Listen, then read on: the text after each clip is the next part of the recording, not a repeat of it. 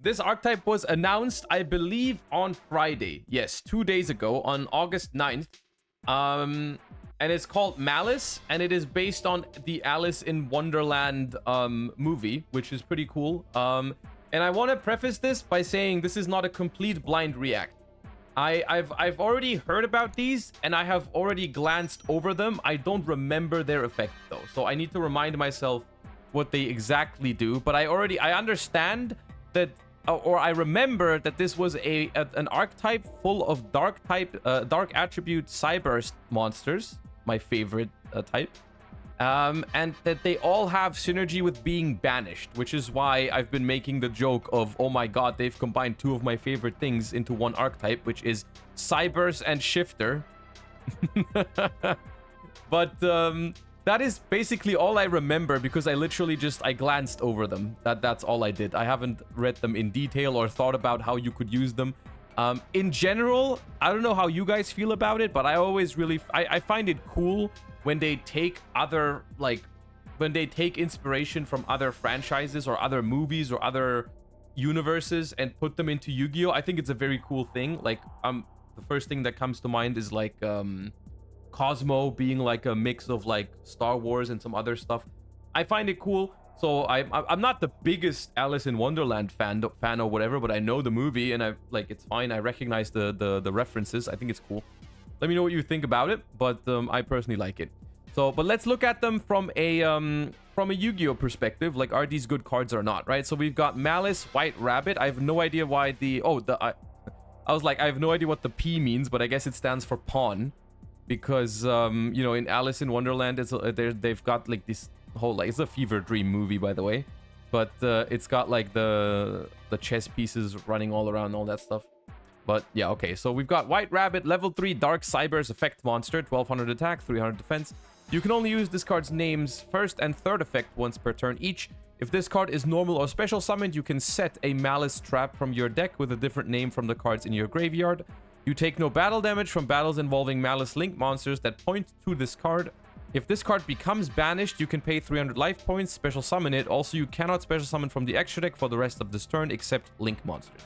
So I believe this third effect is part of basically all of the main deck Malice monsters, if I remember correctly. That's why they have such good synergy with being banished. Like, for example, if you were to activate Dimension Shifter and you link these off, they will return, right? So yeah, but they also have some other very niche synergies. Like, when I read this, I'm already thinking like Allure of Darkness.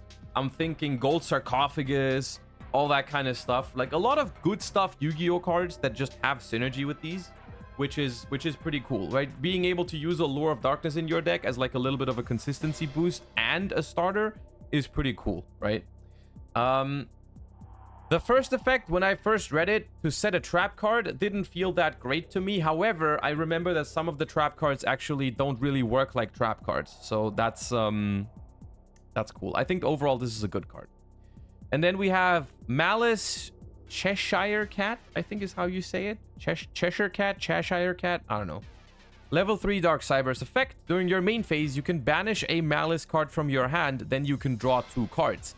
So this is especially cool because this gives the deck its own accessible Allure of Darkness, which is pretty sweet, right? Because this banishing a Malice card from your hand to draw 2 cards is usually probably going to be a +1 in this archetype, instead of just being a normal filtering through your deck, right? It is ashable, and it is not a cost. I think in this instance, it would actually be better if it was a cost, because then if it got negated, you still have banished your Malice that would be summoned, right? So you have the extension guaranteed. But in this case, it is not a cost, actually, unless the translation is incorrect, but I assume it's correct. Monsters destroyed by battle with a Malice Link monster that point to this card are banished instead of being sent to the graveyard. Neat little bonus. And if this card becomes banished, you can pay 300 life points, special summon it. Also, you cannot special summon from the extra deck for the rest of this turn except Link monster. So, once again, you're starting to see a trend here. All of these cards probably have this third effect. I want to say I kind of hate this part about it. I genuinely, I feel like in modern Yu-Gi-Oh, it's always frustrating when cards either gain life points or lose life points. I think it's a kind of annoying thing to me. Because if something gains life points, then it's automatically like, oh shit, that deck is going to be annoying to play against in time. Or when something burns like for no reason, like Lacrima in Fiendsmith, right? And then the opposite is also true. When I'm playing a deck that pays life points, I'm really annoyed because I know time is going to be much more of a pressure on me when I'm playing this deck. For example, when I played a YCS with Pearly, that was really annoying, right? So, yeah. They have a time card? Maybe, but, like, it's still annoying to me, right? Because I feel like with the way that modern Yu-Gi-Oh is shaped up with these kind of life points mattering so much in timeout, I feel like they shouldn't really do small little costs or small bonuses of gaining life points or doing damage that much. I feel like we'd be in a better position if just none of the decks would do that, right? Like, no deck is terrible in time, but no deck is super broken in time. They all kind of interact the same way.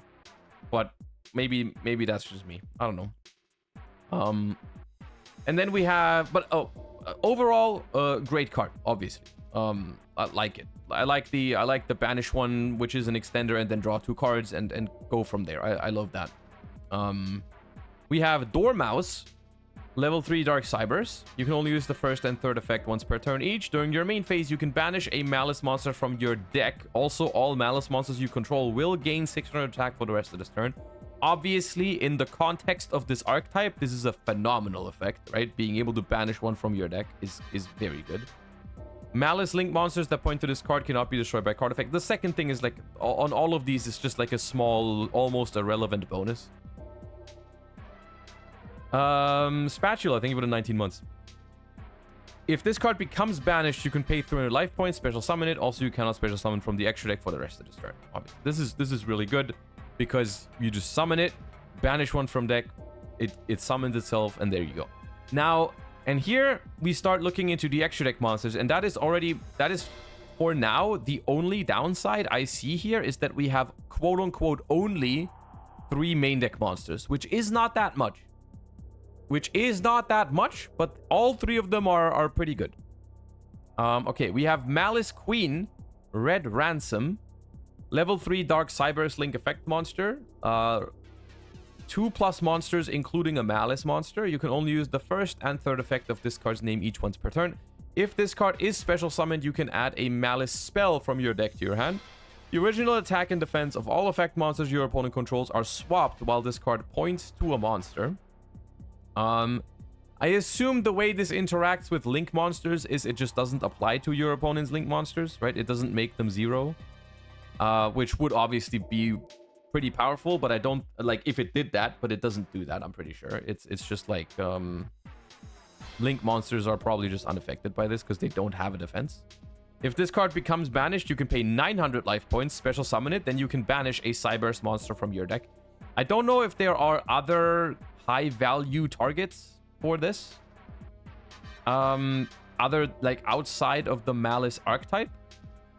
Oh, Dotscaper summons itself as well, right?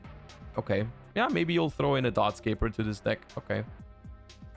But obviously, if this card becomes banished, that is harder to achieve on a Link 3. So far, at least, I don't know if they have anything that banishes straight out of the extra deck. And we also have to read the spell cards because I actually don't remember what any of the spell cards do to evaluate how powerful this search effect is. Because obviously, this is not a great end board piece.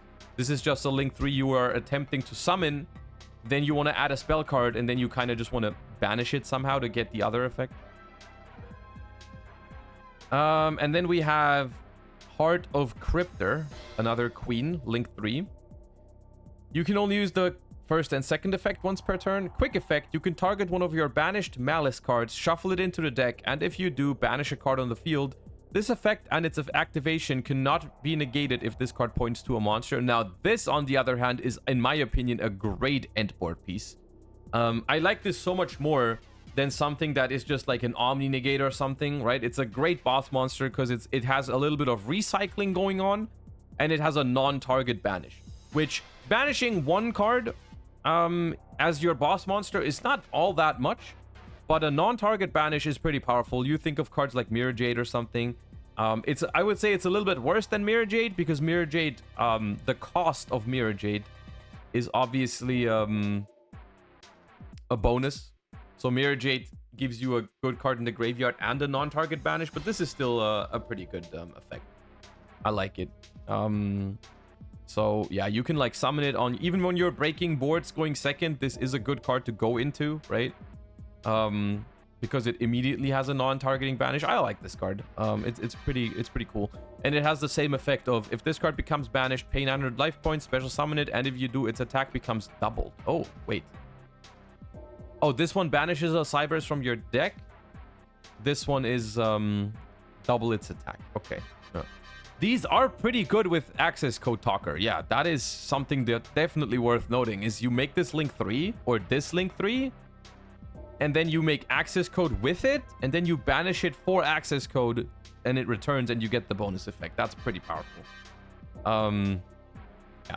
Not like, to be fair though, not like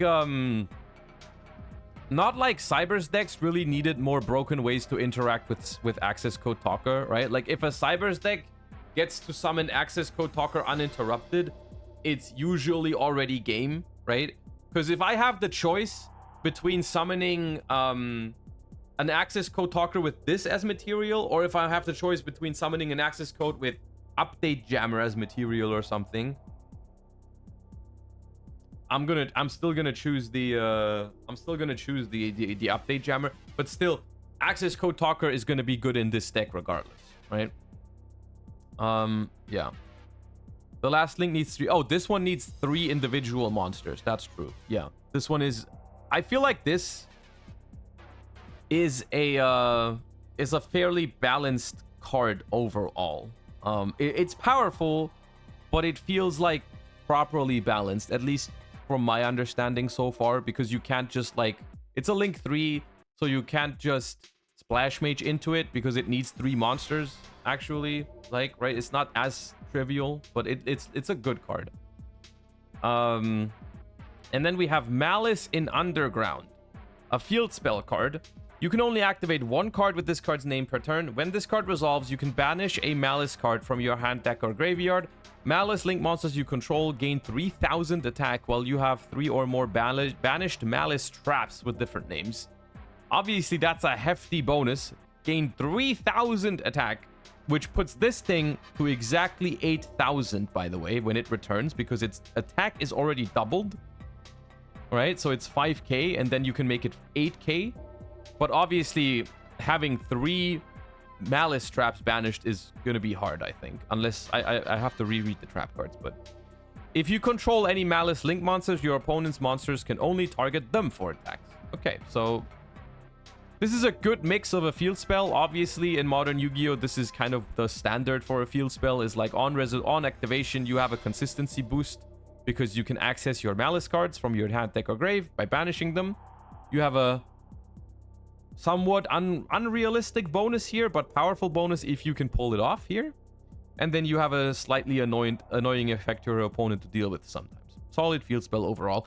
And up until this point, this looks like it's the only target for Red Ransom at this point in time, because this specifically says add a Malice spell.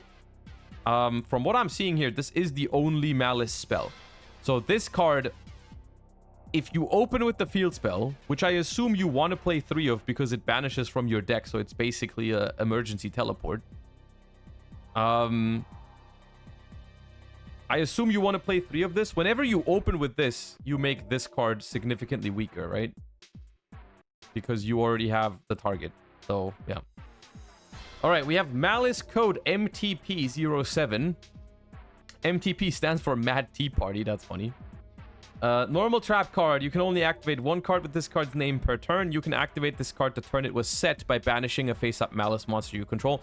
This is what I meant earlier when I said these Malice trap cards don't really function like trap cards because you can circumvent the trap condition by banishing a Malice monster you control. So you can activate them on your first turn. And this one is add a Malice monster from your deck to your hand. Then, if you control a Malice Link monster, you can banish a card on the field. Unironically, this might be my favorite. This might be my favorite card that I read so far in the Archetype. Because I remember also like 2 days ago when I read this one, I thought like this was really cool. Because you can use this card in a lot of different ways, right? You can use it as a quote-unquote consistency card because it's a Rhoda.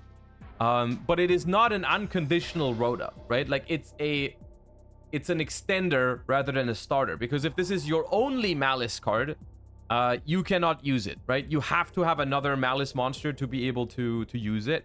But if you do, you can start your turn off by setting this card and then normal summoning using the effect.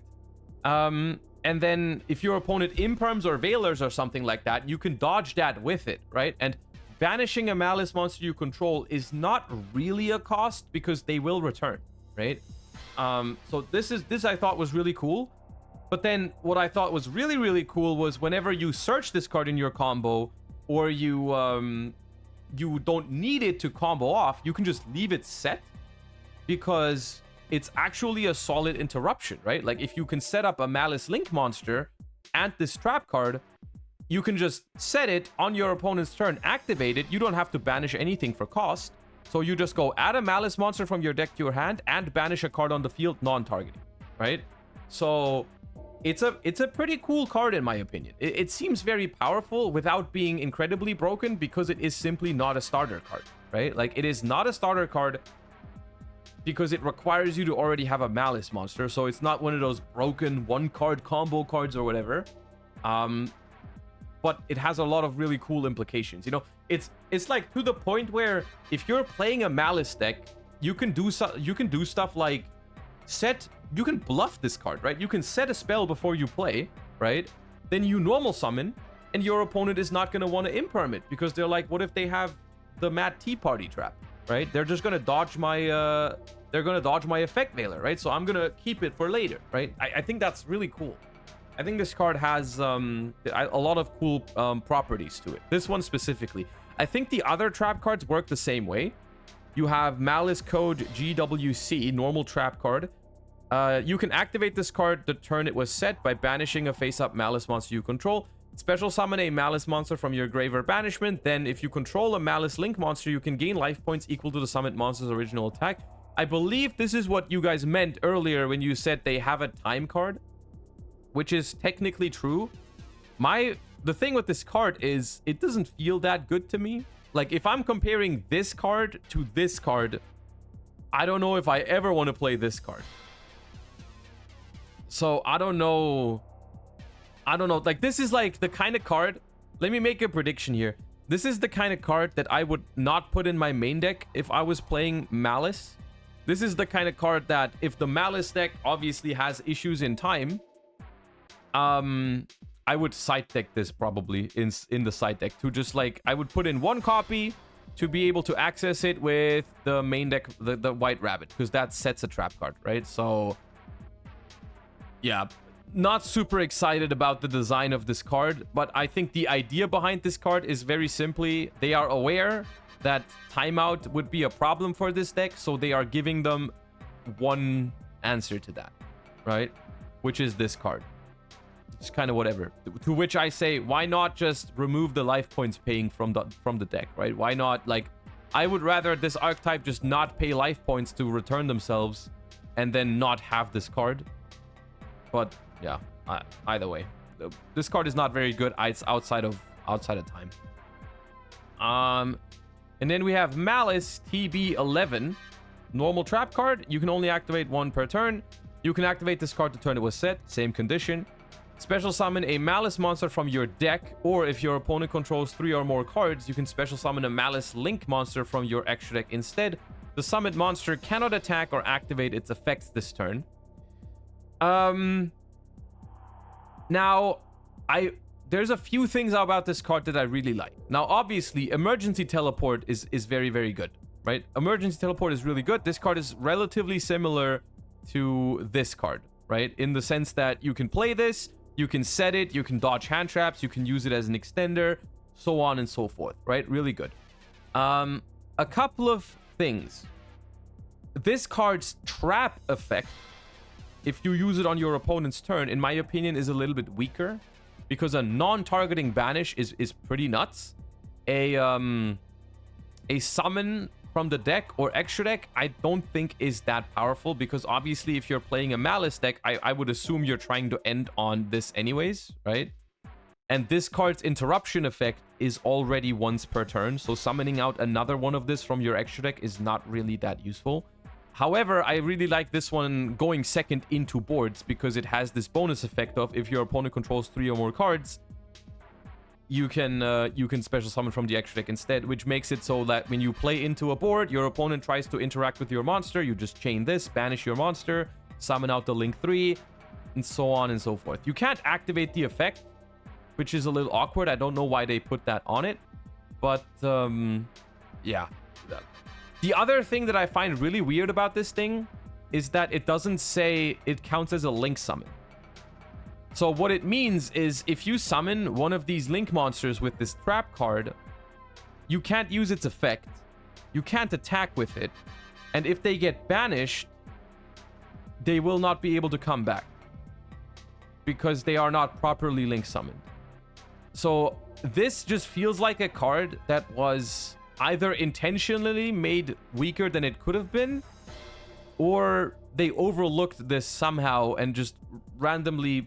this card doesn't feel like it fits the archetype, is what I'm trying to say. It's like it has a lot of anti-synergies that don't make sense to me, right? That is that's weird about this card.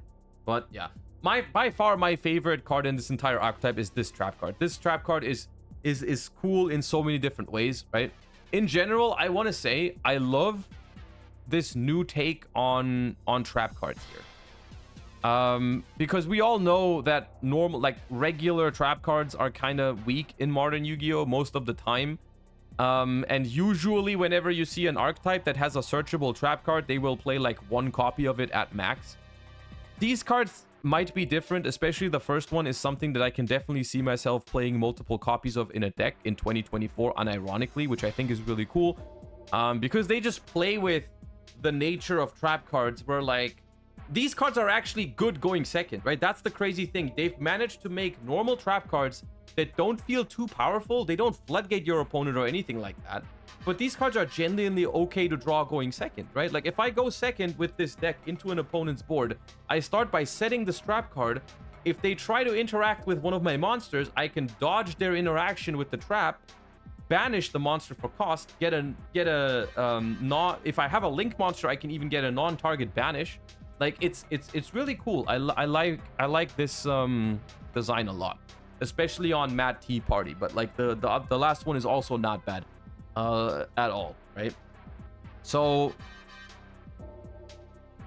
and here's the thing: every single bit of me wants to hate this archetype because it's Cyberse and it's probably a shifter deck. But I like these. I think they're cool. I think they're cool. I hope they get like. Basically, I like these under the condition that they will be played in their own deck, right? I want it to be a Malice deck, right? I don't want it to be just a Cyberse pile that integrates all of the other broken Cyberse stuff and just becomes like another engine to spit out, I don't know, terahertz or whatever, right? Like that's what I don't want, which remains to be seen, right? Obviously if this deck plays shifter, it's likely that it's not going to do that, but yeah, I like these cards. I think they're cool. I wish they were not Cyberse. Maybe that's the best way to say it. I wish they were anything but Cyberse, but these cards themselves I find pretty cool. I think it's an exciting archetype that on its own, nothing here is problematic in my opinion. The way this deck interacts with your opponent is pretty cool because it's just nothing crazy. You don't have Omni Negates, but you have Grind Game. You have cards that return from Banished. You have Link monsters with some powerful effects, especially this one with a non-target banish. You can set up another non-target banish with the trap card, and that's all there is, right? Like that's what this deck does, right? You get a couple non-target banishes and some pretty cool grind game out of it. So I like it. But it remains to be seen. Obviously, I assume this is not the last cards we're going to see from this archetype. There's definitely going to be more. And maybe they haven't even revealed the best cards yet, right? Because you can think of a couple of characters from Alice in Wonderland that haven't really been revealed yet, right? Like Alice itself, I don't see represented that much, right? Maybe one of the link monsters is supposed to be Alice. No idea, dude. But there's probably more to come for this archetype. But I like it so far. I think it's cool. There's one more link monster left in this set. Okay. We'll see. Hopefully it's not a link one. Imagine, dude, the last Malice card is going to be a link one that says it requires one Malice monster to link summon, and then on summon you can banish a Malice from the graveyard for cost to search the field spell. Imagine that. You just normal summon any Malice, link it off, it goes into the graveyard, you banish it for the link one so it returns, and then you get the field spell as well. So that suddenly, if that's the case, I'm gonna hate this archetype, because it's gonna be full of one card combos if that stuff happens.